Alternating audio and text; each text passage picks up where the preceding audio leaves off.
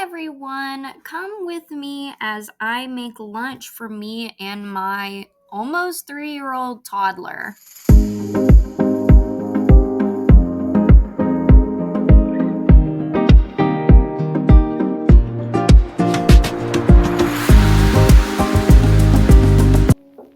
So we are going to be using these green giant veggie fries that are zucchini, garlic, and parmesan.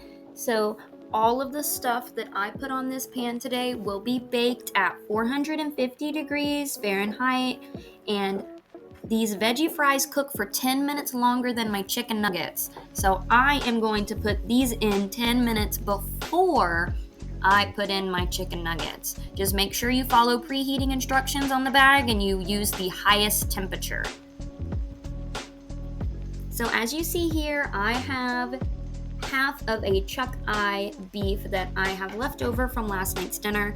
Now I'm actually just gonna use half of this meat today, and I am going to get out my cutting board and I'm going to use a very sharp knife, and I am going to cut these into little chunky pieces. Okay, now time for the vegetables. So we are going to be cutting open a bell pepper to use with our meat today. So you see I'm just cutting out the seeds, and once I get all of the core out, I am going to wash it. And then we are going to roughly cut this up just however big you want your pieces to be. Okay, so you are going to take your pan, you're going to put it on your stove, medium-high heat. Then as you can see, I am putting in a bacon fat mixture. You can use butter.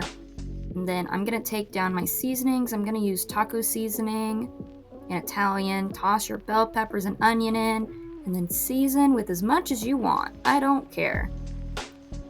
Then I am going to add on my nuggets. So I have Better Goods gluten-free chicken nuggets, and then I have a plant-based chicken nugget. Oliver's not going to tell the difference in between the two, even though there is a difference, like visually.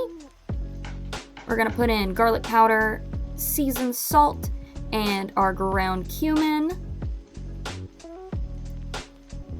Make sure to always give those a stir every once in a while. Go ahead and add in your meat once your veggies are good. We're going to move on to my salad base, okay? I'm going to take some romaine lettuce, a full thing of it. Now, I learned this trick on how to cut it, so you're going to take a sharp knife, and we are going to cut it in half completely, just like you see here. This is the easiest way for cutting romaine lettuce that I have found.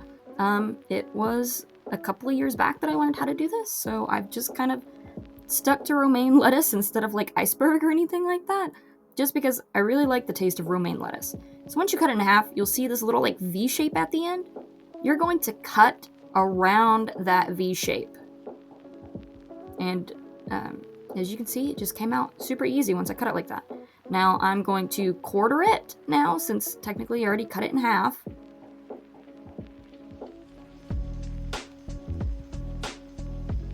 Then I'm going to just roughly chop it up. Now this end part is definitely the hardest to cut up.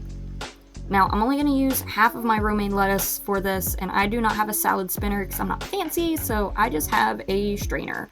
I'm just going to put them in there, wash them under some cold water. Then I'm going to dry it on a paper towel and a plate underneath. Now it's time to take those out and flip them all.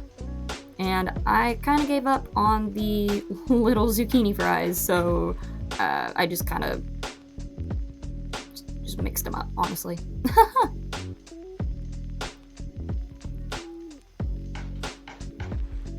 Pop those back in the oven, and then in my meat and veggie mixture, I decided I wanted to add some corn in there, kind of give it a little Southwest salad base, kind of. So time to pull those out, let them cool down, and here's the finished product. You can see Oliver's first and then mine.